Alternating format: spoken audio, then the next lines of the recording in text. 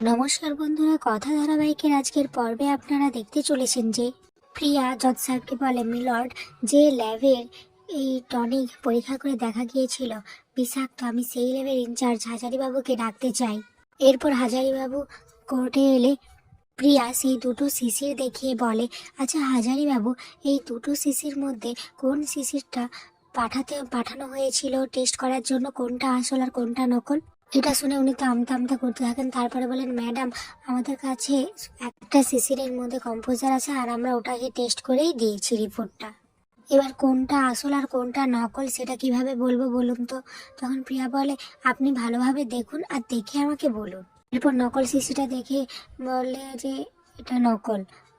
এরপর তখন প্রিয়া জজ সাহেবকে বলে, মহামান্য আদালত, আপনার কাছে আমি একটাই কথা বলবো যে গুহ ফার্মাসিকে বদনাম করার জন্য এই সমস্ত কিছু ষড়যন্ত্র করা হয়েছে, আর গুহ ফার্মাসিকে কালিমালিপ্ত করার জন্যই একটা নকল টনিক ব্যবহার করা হয়েছে। তখন জজ সাহেব অপরপক্ষের উকিলকে বলে, সৌমেনবাবু, এবার আপনি কি বলবেন? আসল লোগো আর নকল লোগোর ব্যাপারটা বলুন।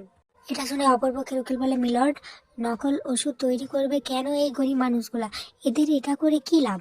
তখন প্রিয়া বলে, আমার সিনিয়র উকিল এটা বুঝতে পারছেন না যে কেন ওরা এই কাজ করেছে? টাকার জন্য করেছে, বড় কোম্পানিকে এইভাবে বদনাম করে তাদের থেকে টাকা নেবে বলে। তখন অপরপক্ষের উকিল বলে, হাউ ডেয়ার ইউ, আপনি কিভাবে আমার ক্লায়েন্টদেরকে এইভাবে অ্যাকিউজ করছেন? তখন প্রিয়াও অতি সুরে বলে যে যেভাবে আপনি আমার ক্লায়েন্টদেরকে অ্যাকিউজ করছিলেন ঠিক সেভাবেই। এরপর আগামী পর্বে দেখা যায়, কথা বলতে থাকে, 7 দিনের মধ্যে আমরা শুশ্রূষা টনিক আনবো, আর এখন যেগুলো বাজারে রয়েছে সেগুলো সব ফেলে দেব। আর প্রমিত কথা বলতে থাকে সৌমেনবাবুর সাথে যে নতুন একটা টনিক ওরা বানাবে, আর যে করেই হোক ওই নতুন টনিক বানানো আটকাতে হবে। কথা থেকে এটা দেখে ফেলে আর বলতে থাকে, প্রমিত বাবু না, উনি বিপক্ষ উকিলের সাথে কি করছে? তো ভিউয়ার্স,